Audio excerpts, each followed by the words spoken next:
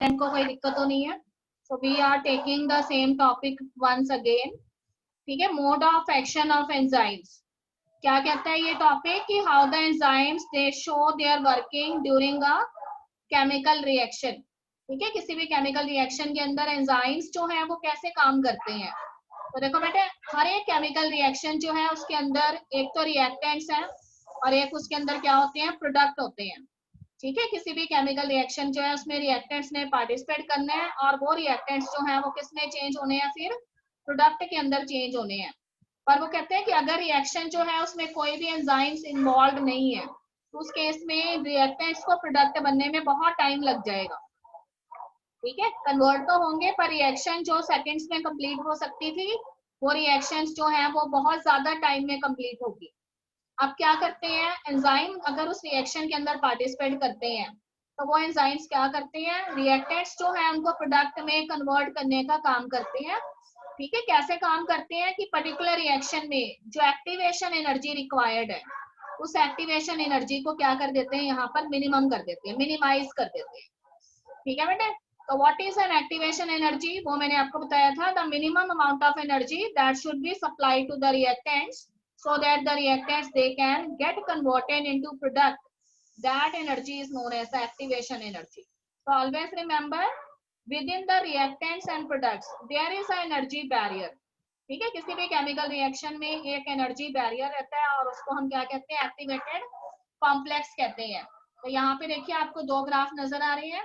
एक ग्राफ के अंदर आपको एक्टिवेटेड कॉम्प्लेक्स या एनर्जी बैरियर जो है उसकी लेंथ कितनी ज्यादा नजर आ रही है, एंड दूसरी रिएक्शन में दूसरा वाला जो सेम रिएक्शन है दूसरे वाले में आपको जहाँ पे एंजाइम को रखा गया है वहां पे कहते हैं कि एनर्जी बैरियर जो है उसकी लेंथ देखो कितनी कम है।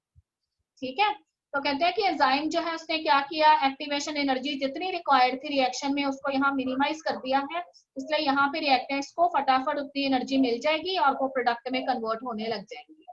पर यहाँ पे देखिए एनर्जी बैरियर कितना बड़ा है, तो उस केस में कहता है कि एंजाइम भी एब्सेंट है, तो इसलिए रिएक्शन जो है उसमें एनर्जी जितनी रिक्वायर्ड है वो रिएक्टेंट्स को इजीली नहीं मिलेगी और मिलने में काफी टाइम लग जाएगा, इसलिए रिएक्टेंट्स जो है वो भी धीरे धीरे प्रोडक्ट में कन्वर्ट होंगे। तो ओवरऑल कंक्लूजन ये है कि एंजाइम क्या करता है, एनर्जी बैरियर जो है उसकी हाइट को कम कर देता है, एक्टिवेटेड कॉम्प्लेक्स की हाइट को कम कर देता है और उसकी वजह से जल्दी से रिएक्टेंट्स जो है वो प्रोडक्ट बन जाते हैं। ओके बेटे, अब एक चीज यहाँ पे देखो टॉप पे लिखी गई है, ट्रांजिशन स्टेट। क्या होता है ये ट्रांजिशन स्टेट, तो कहते हैं कि रिएक्टेंट और प्रोडक्ट के बीच की जो कड़ी है उसको ट्रांजिशन स्टेट कहते हैं। ठीक है बेटे, तो whenever an enzyme it participate in a chemical reaction what happen, ये जो एंजाइम है उसने क्या करना है, उसने सबस्ट्रेट या रिएक्टेंट के साथ बाइंड करना है। तो कहते हैं कि सबस्ट्रेट या रिएक्टेंट जो है उसके साथ एंजाइम कैसे बाइंड करते हैं, तो आपको पता है कि एंजाइम जो है उसके पास क्या प्रेजेंट है, एक्टिव साइट्स प्रेजेंट है। Active sites are special type of structures जहां पे सबस्ट्रेट उसके साथ क्या कर जाएगा, बाइंड कर जाएगा। ओके बेटे, तो अब वो कहता है कि एंजाइम जो है उसके साथ सबस्ट्रेट जैसे ही बाइंड करेगा तो क्या बनेगा, एंजाइम सबस्ट्रेट कॉम्प्लेक्स बनेगा विच इज ES कॉम्प्लेक्स। ठीक है, तो ये ES कॉम्प्लेक्स जो है उसको ट्रांजिशन स्टेट कहते हैं हम यहाँ पर। तो ये जो ES कॉम्प्लेक्स है उस दौरान होता क्या है, रिएक्टेंट्स में प्रेजेंट जो प्रीवियस बॉन्ड्स होते हैं वो ब्रेक होते हैं और धीरे धीरे जो प्रोडक्ट बनने हैं, देखो धीरे धीरे प्रोडक्ट बनने शुरू होंगे, जैसे ही वो सबस्ट्रेट एंजाइम के साथ बाइंड करेगा तो प्रोडक्ट बनने शुरू होंगे ना, तो नए प्रोडक्ट जो है उनके मॉलिक्यूल्स के बीच में क्या बनेंगे, न्यू बॉन्ड्स बनेंगे। ठीक है, तो ट्रांजिशन स्टेट को आपने ऐसे याद रखना है कि ये वो स्टेट है जो कि शॉर्ट लिव्ड होती है, थोड़े टाइम की होती है और इसके अंदर क्या होता है, प्रीवियस बॉन्ड्स जो रिएक्टेंट्स में प्रेजेंट होते हैं वो ब्रेक होते हैं और नए बॉन्ड्स जो हैं वो उसके अंदर डेवलप होते हैं जो नए प्रोडक्ट को फॉर्म करते हैं। ठीक है बेटे, इसके अलावा उसने दो रिएक्शंस के बारे में यहाँ पे बताया हुआ है, one is the exothermic reaction and other is the endothermic reaction. Exothermic reactions ऐसी रिएक्शंस होती हैं जो कहता है कि जब होती हैं तो उस दौरान large amount of energy release होती है। ठीक है, तो अगर बहुत ज्यादा अमाउंट ऑफ एनर्जी या हीट रिलीज होती है तो रिएक्शंस कैसी हैं, एक्सोथर्मिक है। और ऐसी रिएक्शंस जो एनर्जी जो है या हीट जो है उसका एब्जॉर्ब करती हैं वो रिएक्शंस जो है वो एंडोथर्मिक रिएक्शंस होती हैं। ओके बेटा, उसके बाद देखिए एक चीज और यहाँ पे बताई हुई है उसने कि whenever a substrate it gets bind with the enzyme, जब भी कोई substrate जो है उसने एंजाइम जो है उसके साथ बाइंड करना है। देखो नेक्स्ट वाले डायग्राम के अंदर आपको दिखाया गया है। तो कहते हैं कि जब भी सबस्टेट एंजाइम के साथ बाइंड करते हैं तो एंजाइम की जो एक्टिव साइट होती है उसके अंदर नेसेसरी मॉडिफिकेशन होती है। ठीक है, सबस्टेट के बाइंड होते ही एंजाइम की एक्टिव साइट में कुछ मॉडिफिकेशंस होती हैं और वो सबस्टेट के साइज के अकॉर्डिंग एक्टिव साइट अपना साइज वैसा बना लेती है, जिसकी वजह से एंजाइम और सबस्टेट जो है उसके बीच में होने वाली जो बाइंडिंग है वो काफी टाइट होती है। ठीक है, तो इसलिए वो अच्छे से उसके अंदर फिट हो जाता है और एंजाइम सबस्ट्रेट कॉम्प्लेक्स बना लेता है। तो यहाँ पे देखिए आपको दो रिएक्टेंट नजर आ रहे हैं, A प्लस बी, और जब उन्होंने आपस में बाइंड कर लिया तो यहाँ पे A और बीच में आपको एक बॉन्ड दिखाया गया जो ये बताता है कि A और B जो है वो क्या हो गए हैं, ES कॉम्प्लेक्स में कन्वर्ट हो गए हैं। अब क्या होना है, एंजाइम ने क्या करना है, इन सबस्ट्रेट को रिएक्टेंट्स में कन्वर्ट करते जाना, और रिएक्टेंट यहाँ पे क्या है, C प्लस D है। ठीक है बेटे, पर कहते हैं कि इस ट्रांजिशन स्टेट में दो इवेंट होने हैं। एक तो रिएक्टेंट्स में प्रेजेंट पुराने बॉन्ड्स जो हैं वो ब्रेक होने हैं, और जो जो रिएक्टेंट प्रोडक्ट बनते जाने हैं और जो नए बने प्रोडक्ट हैं उनके बीच में क्या होने हैं, न्यू बॉन्ड्स इस्टेब्लिश होने हैं। तो इसलिए ट्रांजिशन स्टेट एक शॉर्ट लिव्ड स्टेज बेशक होती है पर उसमें प्रीवियस बॉन्ड्स ब्रेक होते हैं, न्यू बॉन्ड्स फॉर्म होते हैं। ओके बेटा, सी द नेक्स्ट वन। ये टॉपिक मैंने यहाँ से लिया है और इसकी कोई हेडिंग गिवन नहीं है बुक के अंदर, पर ये इसका पार्ट है, नेचर ऑफ एंजाइम एक्शन का।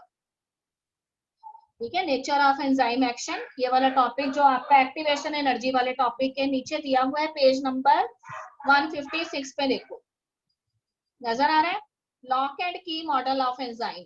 ठीक है बेटा, क्या कहता है लॉक एंड की मॉडल एंजाइम का, ये कहता है कि हर एक एंजाइम जो है उसका एक पर्टिकुलर सबस्टेट होता है। ठीक है, एंजाइम जो है वो अपनी एक्टिविटी में क्या रखता है, स्पेसिसिटी रखता है, ऐसे किसी के साथ जाके बाइंड नहीं कर जाता, उसका एक अपना पसंदीदा सबस्ट्रेट है, उसी के साथ वो बाइंड करता है। तो देखो हर एक एंजाइम जो है वो अपने पसंदीदा सबस्ट्रेट के हिसाब से एक्टिव साइट्स रखता है। यहाँ पे आपको सबस्ट्रेट आता हुआ नजर आ रहा है, यहाँ आपके पास एंजाइम है, आपको पता है एंजाइम का 3 डायमेंशनल स्ट्रक्चर है जिसमें पॉकेट लाइक साइट्स प्रेजेंट है जिनको एक्टिव साइट कहते हैं। और ये सबस्टेट देखिए स्टेप नंबर 2 के अंदर उसके साथ अच्छे से फिट हो गया, ठीक उसी तरीके से फिट हो गया है जैसे कि एक जो लॉक होता है उसके अंदर अपनी चाबी जो होती है, अपनी जो की होती है वो फिट हो जाती है। ठीक है बेटे, अब यहाँ पे देखो जब सबस्टेट और एंजाइम की बाइंडिंग हो गई है तो उस दौरान क्या बन गया, यहाँ पे ES कॉम्प्लेक्स बन गया। अब यहाँ पे दो चीजें हो रही हैं, जो रिएक्टेंट्स में प्रेजेंट पुराने बॉन्ड थे वो ब्रेक हो रहे हैं और जो नए प्रोडक्ट बने हैं उनके बीच में न्यू बॉन्ड बन रहे हैं, इसलिए ये एक शॉर्ट लिव स्टेज है, इसको उसने ट्रांजिशन स्टेट बोला है।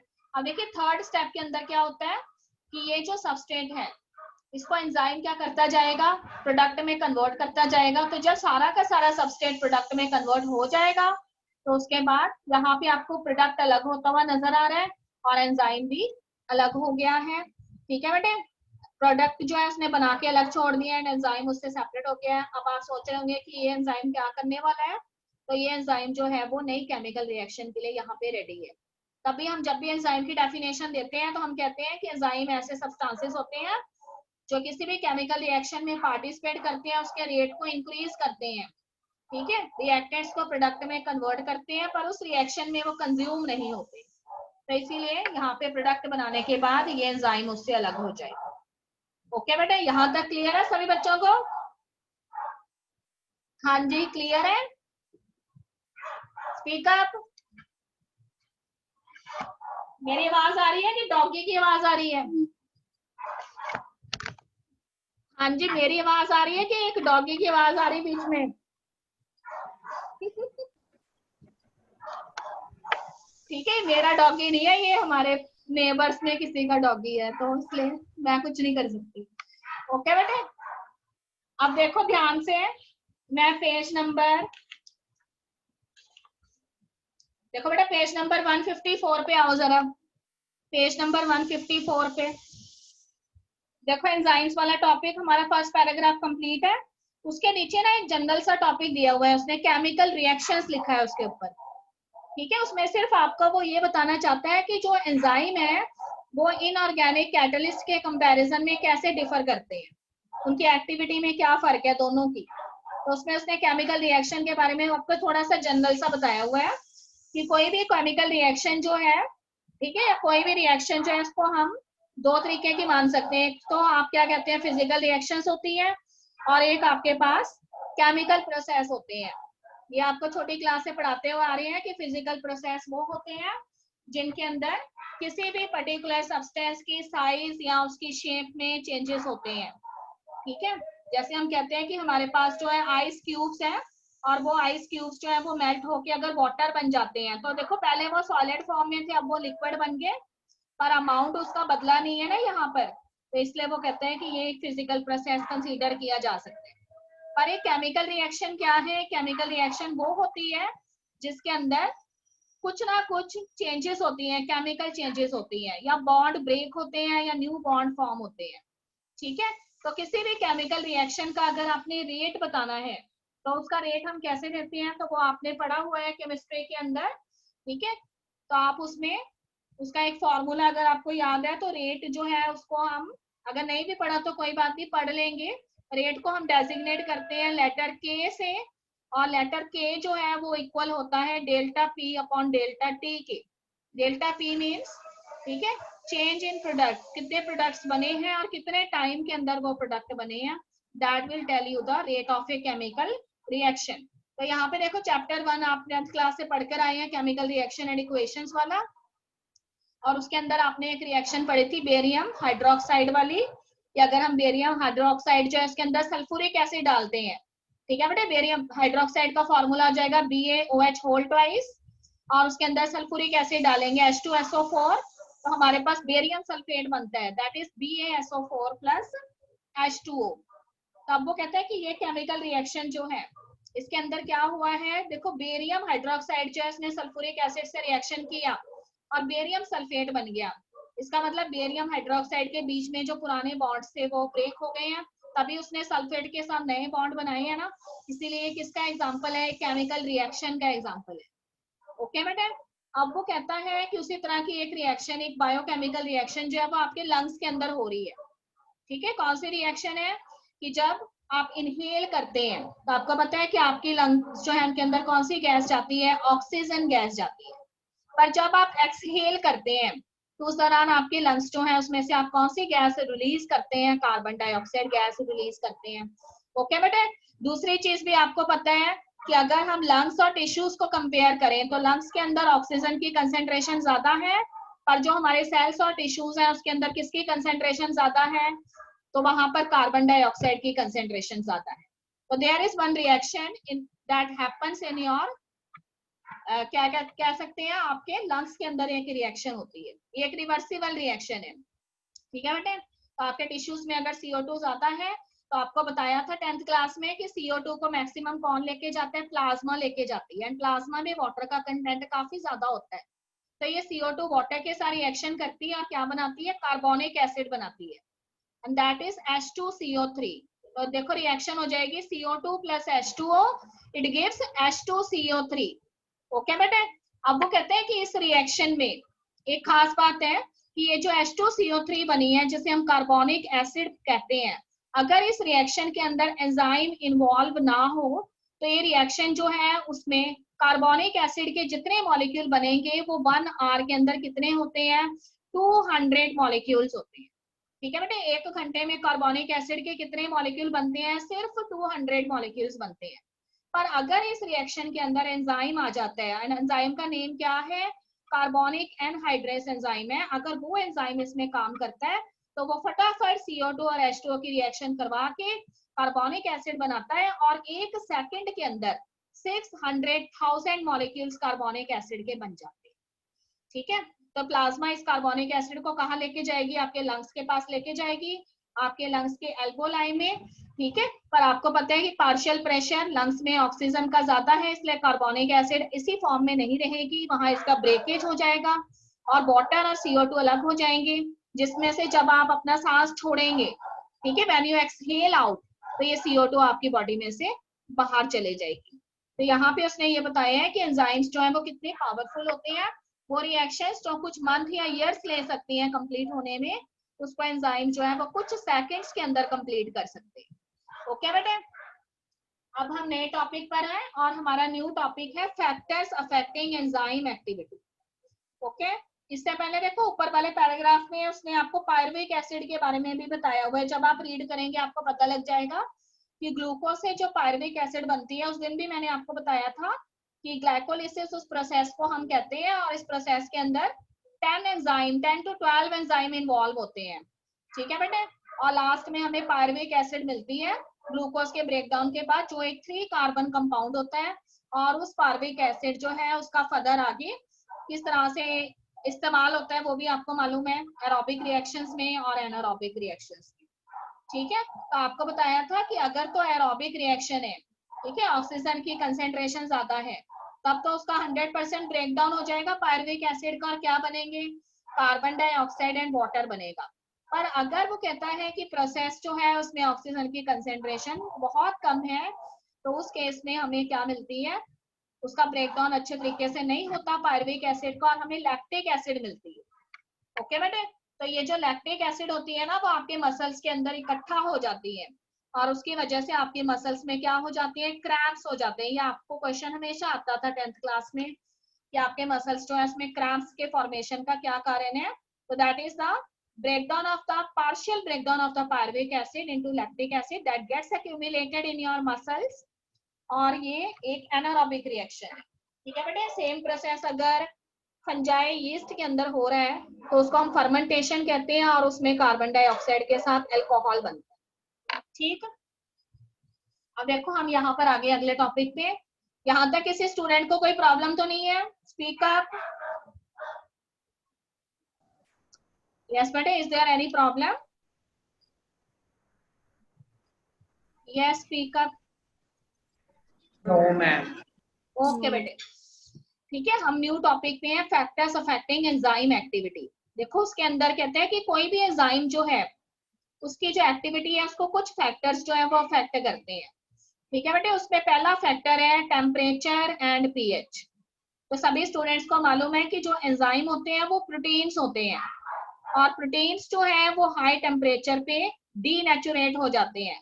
इसलिए वो कहते हैं कि एंजाइम्स जो है अगर उनको भी ऑप्टिमम टेम्परेचर से ज्यादा टेम्परेचर दिया जाएगा तो वो अपनी 100% एक्टिविटी आपको नहीं दे सकेंगे, ठीक है। तो हर एक एंजाइम जो है वो एक पर्टिकुलर टेम्परेचर और पीएच रेंज में काम करता है, और वो उसका जो टेम्परेचर है उसी को उसका ऑप्टिमम टेम्परेचर या ऑप्टिमम पीएच कहते हैं, ठीक है। फॉर एग्जांपल अगर हम एंजाइम का एग्जांपल लेते हैं स्लाइवरी अमाइलेज का, तो आपको पता है स्लाइवरी अमाइलेज जो है वो आपको माउथ में प्रेजेंट है। सोचो कितने पीएच पे काम करता होगा वो।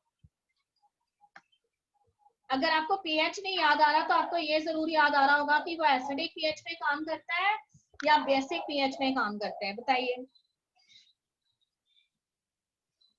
हाँ जी, कैसे पीएच चाहिए स्लाइवरी अमाइलेज एंजाइम को? No idea? हाँ जी, नया है क्या एंजाइम? न्यू एसिडिक एंजाइम है, मैम। बेसिक पीएच में काम करेगा ना, एसिडिक में करेगा।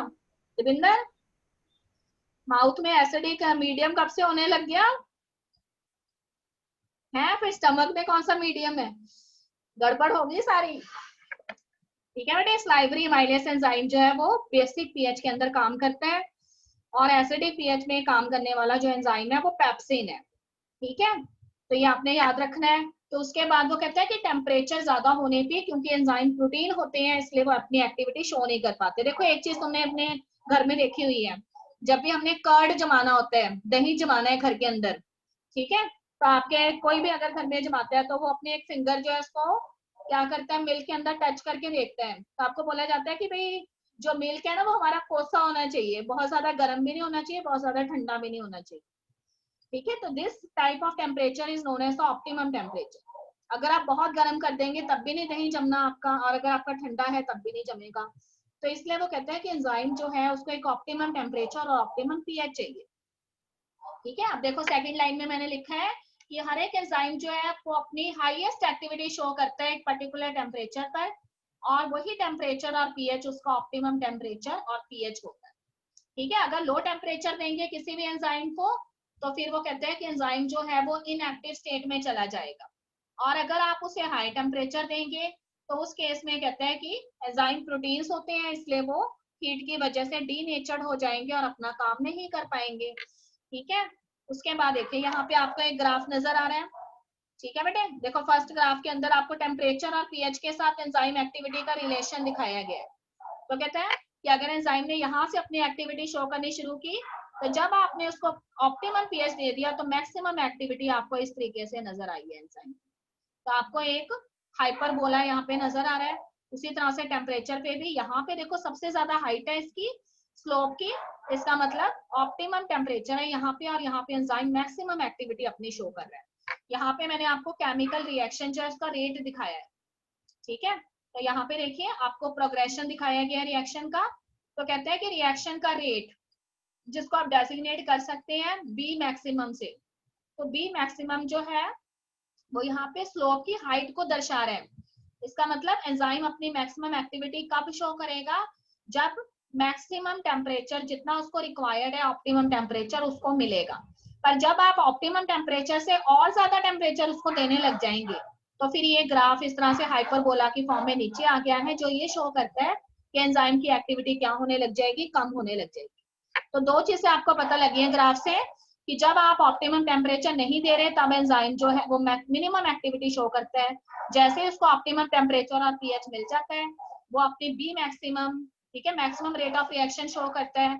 पर फिर से जब आप ऑप्टिमम टेम्परेचर से ऊपर चले जाते हैं तो एंजाइम एक्टिविटी फिर से क्या होने लग जाती है, डिक्लाइन होने लग जाती है।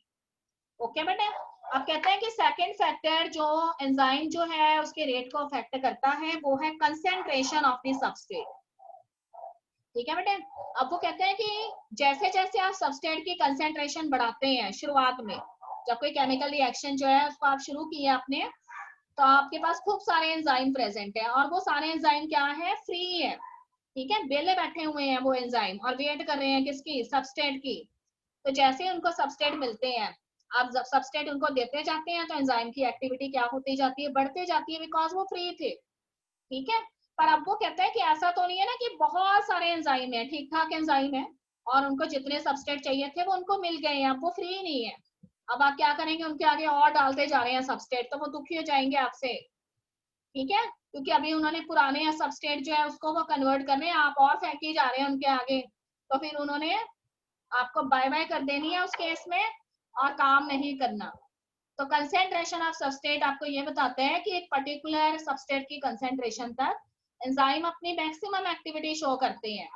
पर जब सबस्ट्रेट की कंसेंट्रेशन बहुत ज्यादा बढ़ जाती है तो उसके बाद एंजाइम एक्टिविटी जो है वो डिक्लाइन होने लग जाती है। ठीक है, तो जहां तक वो अपनी मैक्सिमम एक्टिविटी शो करते हैं उस रेट को हम बी मैक्सिमम कहते हैं किसी भी रिएक्शन का।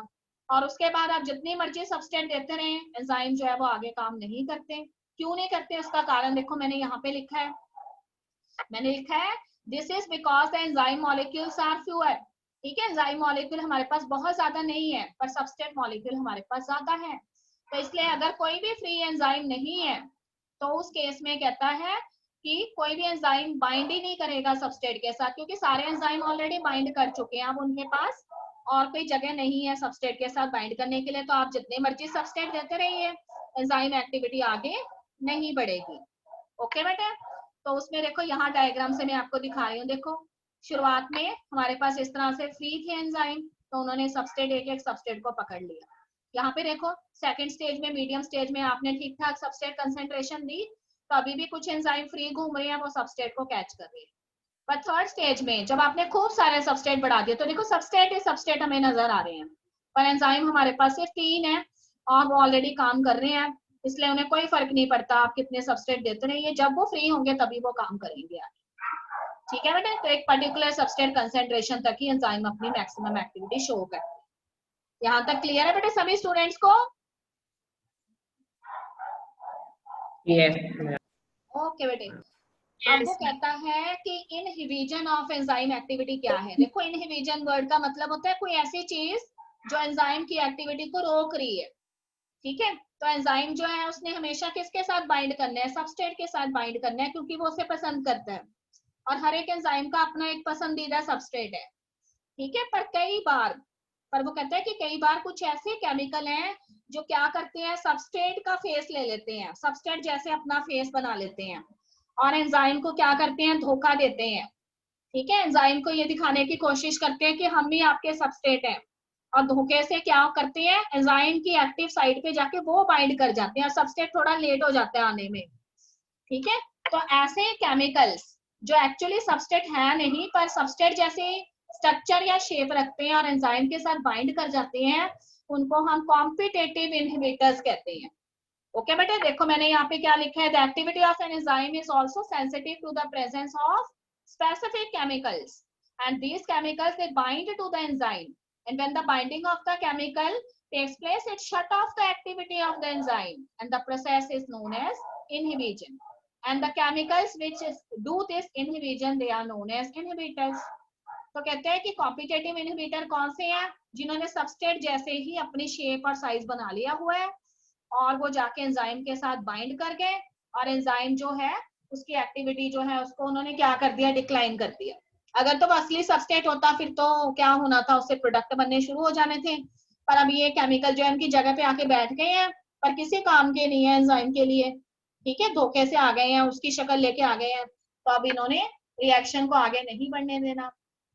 अब देखो आगे मैंने लिखा है कि स्ट्रक्चर सिमिलैरिटी उनकी बिल्कुल सबस्ट्रेट जैसी होती है और वो क्या करते हैं, सबस्ट्रेट के साथ कंपटीशन करने लग जाते हैं, किसके लिए, सबस्ट्रेट बाइंडिंग साइट के लिए, ठीक है। तो जहां पे सबस्ट्रेट ने जाके बाइंड करना है ना, वहां पे ये इनहिबिटर्स आके बाइंड कर जाते हैं और एंजाइम को पता ही नहीं लगता, वो असली पहचान ही नहीं पाता और इस वजह से वो उसके साथ बाइंड कर जाते हैं, तो जो प्रोडक्ट मिलने होते हैं वो मिलते ही नहीं है, एंजाइम एक्टिविटी डिक्लाइन हो जाती है।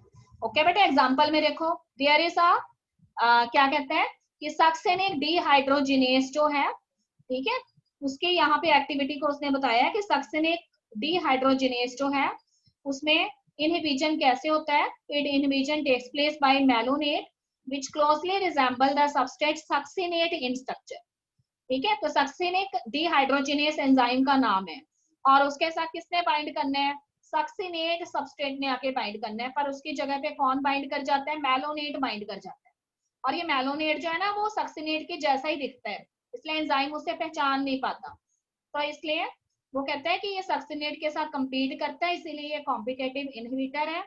और इस तरह के जो इनहिबिटर्स होते हैं, कॉम्पिटेटिव इनहिबिटर्स जो है उनको कई बार बैक्टीरियल पैथोजेंस जो होते हैं, ठीक है। तो देखो कोई भी बैक्टीरिया जो है अगर वो पैथोजन की तरह बिहेव कर रहा है, आपकी बॉडी में डिजीज करने वाला है, तो हम क्या करेंगे, उस बैक्टीरियल पैथोजन का कौन ढूंढ लेंगे, इनहिबिटर ढूंढ लेंगे। तो जब भी इस बैक्टीरियल पैथोजन ने आपकी बॉडी में क्या करनी है, डिजीज करनी है, इसका मतलब उसने कोई क्या करना है, एंजाइम प्रोड्यूस करना है और उस एंजाइम को क्या चाहिए, कैरेक्टरिस्टिक सबस्ट्रेट चाहिए। अगर हम उसका सबस्ट्रेट हटाकर उसकी जगह पे कोई इनहिबिटर डाल दें तो फिर वो बैक्टीरिया जो है वो आपकी बॉडी के अंदर डिजीज नहीं कर पाएगा, ठीक है बेटे। यहाँ पे देखो आपको कॉम्पिटेटिव इनहिबिशन दिखाया गया है, तो ये रहा आपका सबस्ट्रेट, ये रहा आपका एंजाइम। अब देखो कॉम्पिटेटिव इनहिबिटर कितना चालाक है कि उसकी फेस जो है वो सबस्ट्रेट जैसा ही है। अब यहाँ पे एंजाइम ने सबस्ट्रेट के साथ बाइंड करना था पर धोखे से कौन बाइंड कर गया, कॉम्पिटेटिव इनहिबिटर बाइंड कर गया और सबस्ट्रेट बेचारा अकेला रह गया है, ठीक है। और इस तरीके से रिएक्शन आगे नहीं बढ़ेगी, एंजाइम एक्टिविटी कम हो जाएगी। ओके बेटे, देखो नॉन कॉम्पिटेटिव इनहिबिटर में क्या होता है, तो non competitive inhibition competitive inhibition से कैसे अलग है, तो कहते हैं कि इसमें इनहिबिटर आता तो है पर वो क्या करता है, सबस्ट्रेट जहां पे बाइंड होना होता है ना एंजाइम में, जिसे हम एक्टिव साइट कहते हैं, वहां नहीं बाइंड करता, वो एंजाइम की किसी दूसरी जगह पे बाइंड कर जाता है। देखो सेकेंडरी साइट पे बाइंड कर जाता है, ये रहा आपका एंजाइम और यहाँ पे आपका एक और खाली जगह है एंजाइम में जिसको हम उसकी सेकेंडरी साइट कह रहे हैं और वहां पे इनहिबिटर आके बाइंड कर गया और यहाँ पे सबस्ट्रेट भी आ रहा है, सबस्ट्रेट एंजाइम के साथ बाइंड करेगा, ठीक है बेटे। अब देखो यहाँ पे वो क्या कहता है कि जब ये इनहिबिटर यहाँ पे बाइंड कर जाता है ना, तो ये इसकी जो एक्टिव साइट होती है, जो अकॉर्डिंग टू द सबस्ट्रेट होती है, उसमें चेंजेस कर देता है। तो देखो सबस्ट्रेट हमारा कितना बड़ा है और एक्टिव साइट इतनी सी, अब ये इसके अंदर आसानी से फिट नहीं हो पाएगा और इसलिए फिट नहीं हो पाया, इसलिए रिएक्शन भी आगे नहीं बढ़ेगी। ओके बेटा, क्लियर है यहाँ तक?